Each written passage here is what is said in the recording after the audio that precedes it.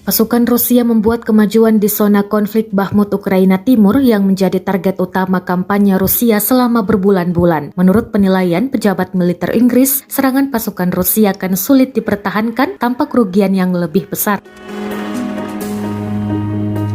Informasi terbaru di Twitter seperti laporan Associated Press pada Sabtu 11 Maret, Kementerian Pertahanan Inggris mengatakan unit-unit dari kelompok paramiliter yang dikendalikan oleh Kremlin merebut sebagian besar Bakhmut Timur dengan sungai yang mengalir melalui pusat kota kini menjadi garis depan. Namun akan sangat menantang bagi tentara bayaran Rusia untuk mendorong lebih jauh karena Ukraina menghancurkan jembatan penting di atas sungai.